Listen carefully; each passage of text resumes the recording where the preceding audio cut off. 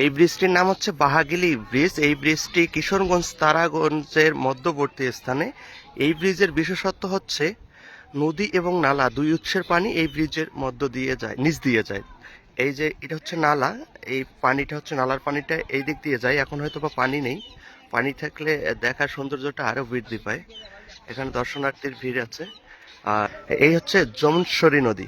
এই নদীর পানি হচ্ছে ব্রিজের এই নিচ দিয়ে যায়, একেবারেই নিচ দিয়ে নদীর পানি, তার উপরেই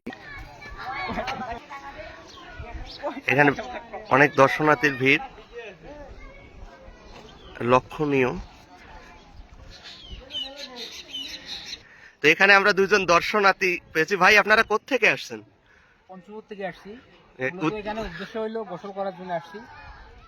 কিছুদিন আগে অবশ্য পানি দেখি গেছি, আজকে আসি দেখি পানি টানি নাই। ক্যামেরাম্যানের তো মন খারাপ, তাও একটু বাসা করার বসে আছে, তাও একটু নদীর নিচে বসে আছে সরমে। এর আগে কতবার আসছিলেন এখানে?